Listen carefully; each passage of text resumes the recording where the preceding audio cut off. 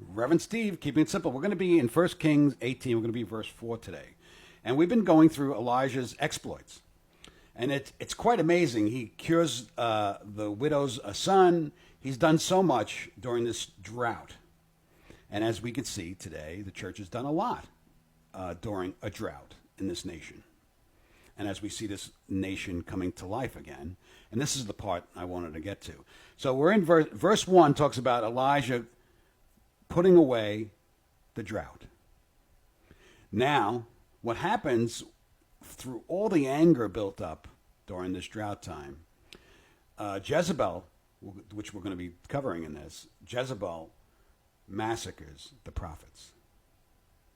So think about that today, the dryness and then the moisture happening, it's coming back, and then persecution happens. Think about today in this country and where it's going.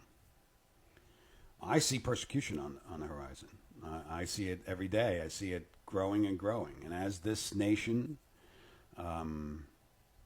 coincides with the rest of the world and a one world government comes, and then one world currency, and they can turn it off and buy and sell, and persecution comes, and the man of sin is revealed.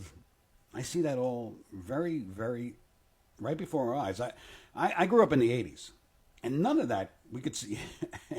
When I was in the church in the 80s, there was none of that was there. We all thought, Russia was Gog and Magog. We've seen all that parts, but all this other stuff about, buying and selling and this and so many things and the control that's going on, there was not to be seen at that time. It was seen in communist countries, but not in the free West.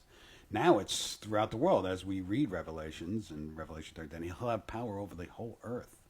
And you could see that today, that complete power could be done throughout the earth now.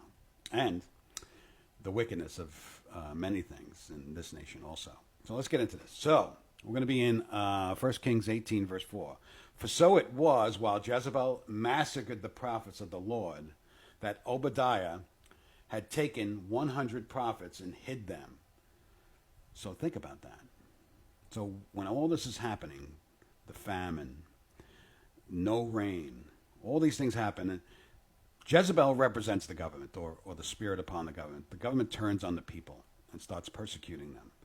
God, Obadiah, who was a man who feared the Lord, hid 100 prophets from her so they could not get her. That's what God's going to do to us in the church during these tribulation time. He's going to hide us from the persecution that's coming. God bless.